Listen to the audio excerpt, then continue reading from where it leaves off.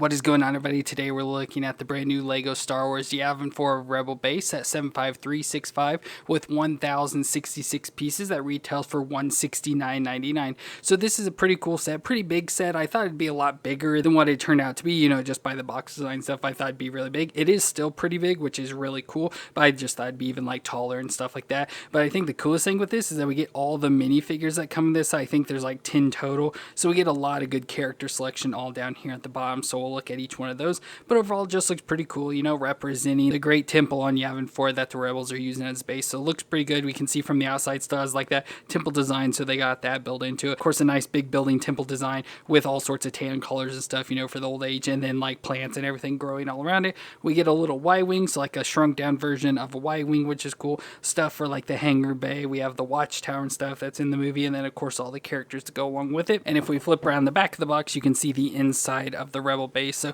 we can see all the different little features. So we have the Hangar Bay in the bottom. We have kind of like a command room and a briefing room, and then we have the room where they have the medal ceremony and everything. So that's pretty cool as well, again with all the other features I already talked about. And you can see some designs and details here on the side. So overall, pretty cool looking set, I must say. So like I said, I thought it'd be a lot bigger and everything, but it still turned out to be a really cool set that I'm super happy with. So let's go ahead and look at this set, and of course we'll start with the minifigures.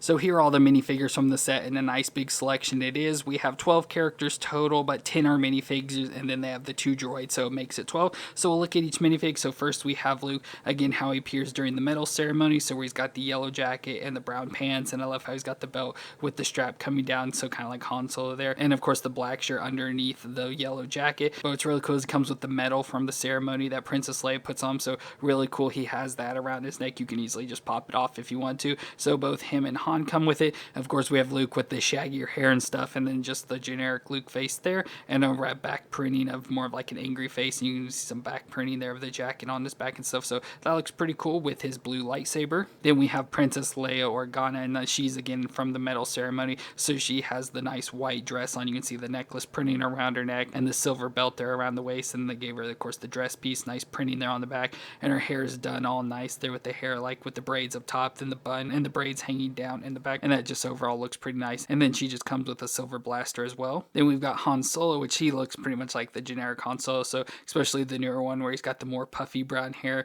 But gee, the Han Solo face, I like how they added some lines and stuff, make him look a little bit older. But then he has just his normal outfit of like the tan collar shirt underneath with the black vest on over the top. Of course, he has the medal from the ceremony on, the nice belt with the holster and thigh holster and stuff going down on the blue pants, and for his face around on the back we have an angry face as well, so kind of matches with Luke there. And then he just has his normal blaster. Then we have Chewbacca, which looks like the Chewbacca we've had every time. Nothing really new or different about this one, where they have, the big piece here on top of Chewbacca that you just sort of slide on. But it's got the nice Wookiee face and stuff, and everything looks nice about it with all the fur and stuff, and the colors, bandolier even painted down on the back, fur going down onto his legs. And then he's got his bowcaster with the stud shooters, which I guess is pretty cool. I hate stud shooters, but still cool that he comes with the bowcaster. But yeah, standard Chewbacca. And then we get our 2 droids. So we've got C-3PO first, which again looks like all the other C-3POs, looks pretty nice in the all goldish color. You can see the nice yellow eyes there on his face, and just the overall design of C-3PO with the midsection shown with all the wires underneath, and of course the all gold design of the body, like how he's got the printing on his arms and everything,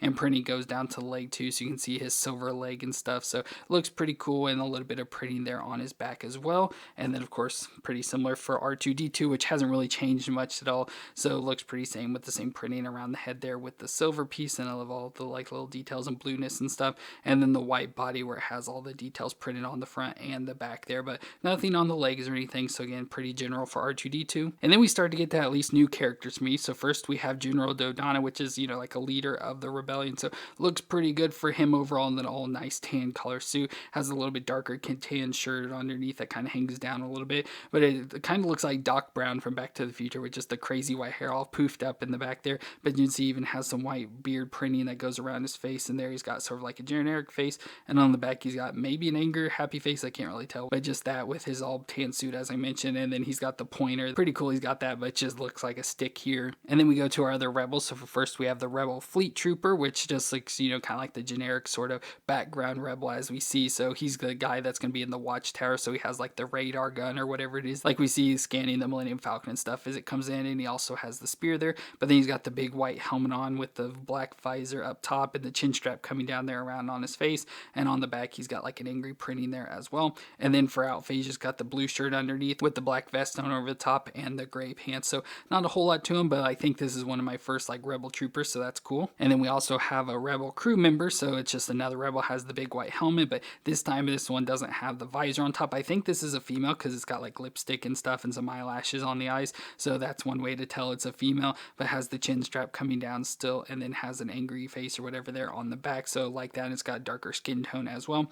All tan jumpsuit there, since it's like a mechanic, you can tell because it comes with a wrench to work on the Y-wing and stuff, so pretty cool to have that and drive around the transport. And then we have the first of our two Rebel pilots. So first we have Garven Dreis, which is Red Leader, so the leader of the X-Wing pilots that Luke's Red 5 of, so he's the leader. Looks pretty good, has the same pilot outfit as Luke, so nothing really new there. Probably has a different face printing, it's hard to tell with the Lego, but I like how he's got the goggles painted on and the chin strap and all that. But he has like this yellowish color helmet, which is pretty cool, I guess. It's got like a yellow tint to it, and then it has all the details, so we have the red design there on the front, and then just all the little details on the side, so that is pretty cool. And then he should have printing there on the back again, just like another angry face, and you can see the printing on the back of the vest piece as well. And then he just comes with a little gun. And pretty similar, we have Jon Vander, which is Gold Leader, so the leader of the Y-Wing pilots there, so looks pretty cool again with his identifiable helmet there. Looks pretty good. I love like the green colors and stuff on it, getting all the little details and designs, insignias and stuff just for him.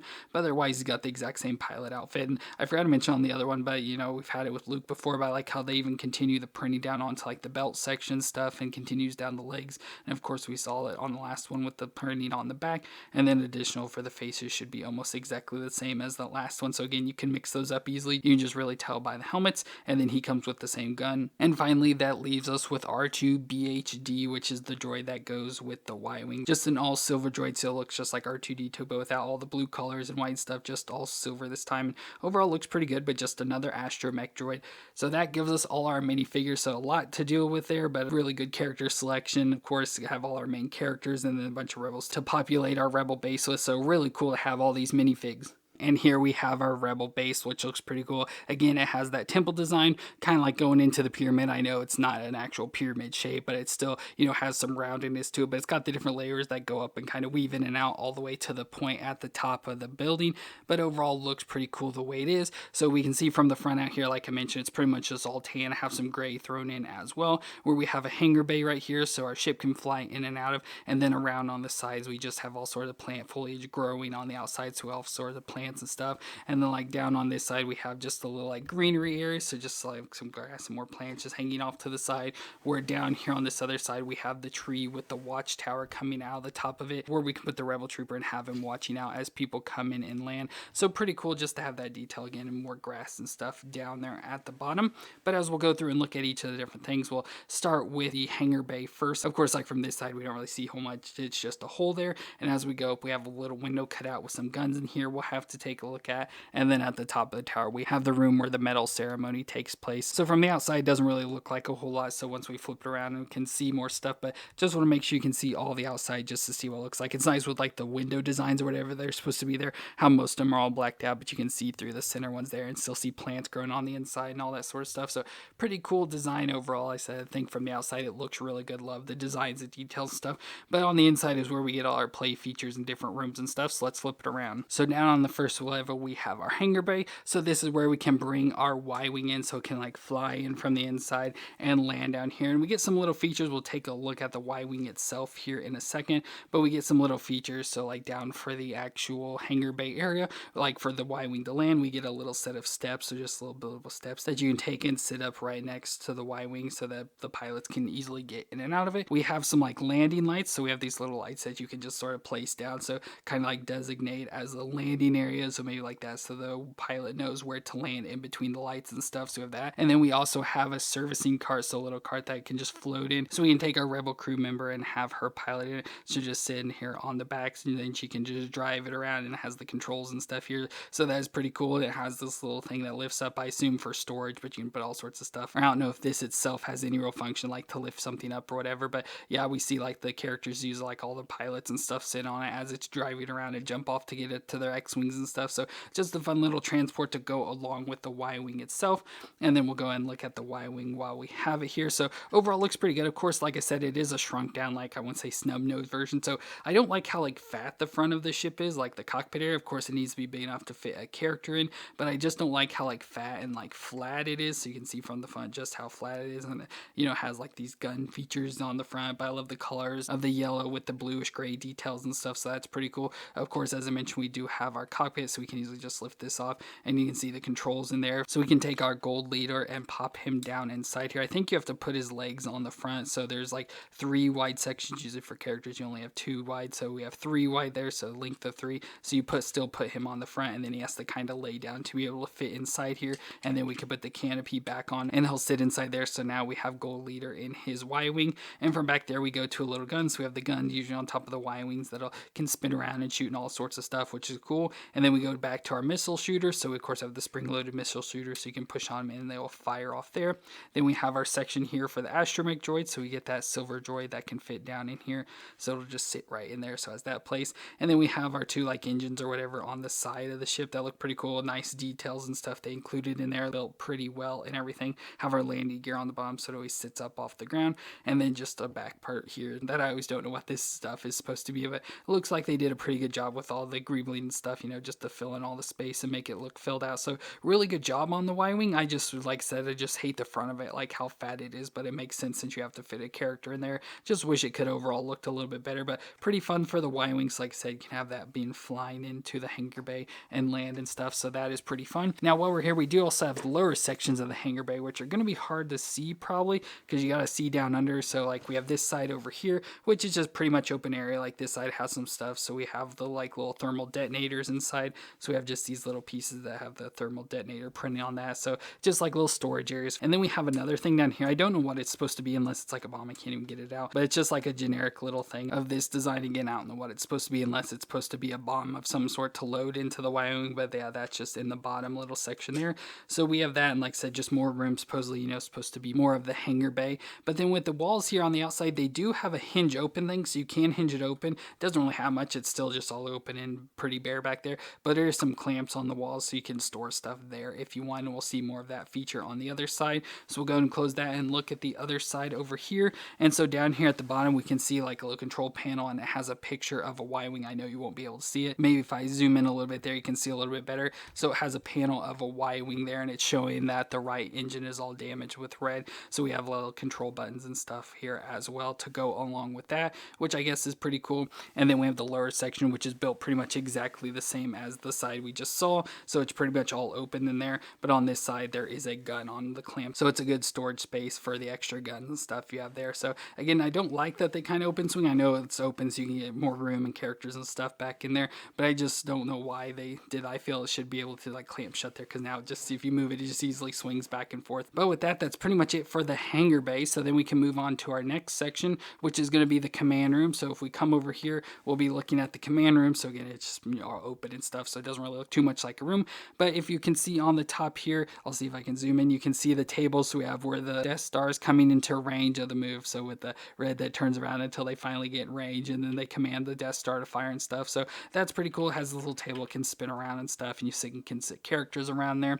Then we have a little panel on the wall back here, so just a little panel design there. And this wall does move back and forth as well, so if you have this, you can swing this wall opening. And don't really know besides just allowing more room and stuff in there, but again, I don't know why they have that design. Don't really get that, which leads over to, I guess, the more of the command center. So we have like one of the glass tables with all the lines and stuff, and people can mark on it and do whatever stuff there. So we have 2 of those. We have that one, and then you see another one back there. And then we have another little room section, which there is another control panel, or computer panel, whatever one there, and a little storage box. There's nothing in this one, but just a box that you can easily store stuff in or whatever you want to do. But the biggest thing with this room, it gives us access to those guns on the front. So we have some spinning turrets, so in case any enemies are coming in, trying to attack, the temple can fire back with the little piece here you control and make those spin back and forth to be able to follow the ships and all that, which is, I guess, pretty cool. We never see anything like that in the movie, so it's, kind of pointless, I guess, but there are some stud shooters on there, so you can fire that stuff off. So just another play feature. And again, that leads up to another blue panel wall, which finally leads over to the briefing room. So we have the briefing room where we've learned the mission of attacking the Death Star. So with this, we can bring in like General Dodonna and have have him leading, you know, telling the pilots what they're going to be doing, and have Red Leader here learning. So they're going to be shooting the missiles into the exhaust port of the Death Star there. So that's pretty fun, and just a nice computer panel, you know, showing all the graphics and stuff there. And then we have some designs on the wall, so another like control panel in the back here. Don't really know what it's supposed to be, don't know the details. And then maybe like a water container, so a water cooler, so people can have drinks and stuff. And there's even a red cup back here right behind General Dodonna and stuff. So just again to make it like a little briefing room so that people know what's going to be going on with their mission. While we're over here, we might as well look at the watchtower as well. So we have the watchtower that we can take the one rebel trooper guy in and stick him in. Of course, with his spear and everything, it makes him kind of hard to stand up there, but you can pop him in there. And then this does have a little feature. You have the little knob down here. You can lift it up to make him up in the air and turn it to the side, and it'll sit on a little ledge. So now he's up in the air looking out and being able to scan ships as they come in with his little radar thing and stuff. So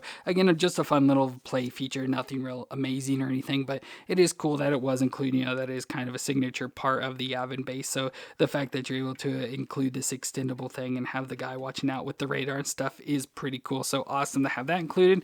And that leads us to over to our ceremony room. So we have just this little room, not a whole lot of details to it and stuff. We just have like those little window designs in the back, and of course all sorts of plants going around and stuff. And there is some like stair like features here where we can place all of our characters for the medal ceremony. So where Han and Luke get the medals, and Chewbacca, and have Princess Leia and General Dodonna and stuff there to present the medals is pretty cool. So you can have all those set up there, much like it showed that picture on the back of the box. So you can just take your characters and sort of stand them in here to have them receive their medals and stuff. So that is pretty cool just to be able to have that little room. Again, looks pretty good for how it does in the movie and everything. So just a small little room, but it's cool. It's included. Then up top we have a little radar dish. I don't know what it's supposed to be, so this just kind of sits up in here. So these like panels, of course, they clip up at the top here, but they like hinged forward and stuff. And this just kind of sits on plates, like it's not like clamped in there or anything. It just sits on top of that, but it just has a little radar dish and stuff. So I guess just another little thing they threw in there just to fill up more of the top and to throw in a little radar and everything. And then it's just completely flat up top with just some more of the leaves and stuff up there. So nothing too fancy, but that is really it for the temple. So like I said, a lot of like different little rooms and features and stuff we see throughout the movie. So really cool they were able to include a lot of that stuff. And like I said, really awesome to have the hangar bay with the miniature version of the Y-wing and stuff thrown in, and just all sorts of cool little features and details, especially with all the minifigures that are included. That's the coolest thing to me. So very cool for the set overall. It is pretty expensive, but like I said, for the size of the set, you know, it is overall pretty big. I thought it was going to be bigger, but it's still pretty big for what it is, and all those minifigures included. It's hard to really say it's not worth it, but I know it is a high price, so I know not everyone can afford it, but I still think this is a really cool set. But let me know what you thought of it down in the comments, and if you enjoyed this review, let me know with a thumbs up. But I want to thank you all for watching. I hope you all stay awesome out there, and I'll see you in our next review.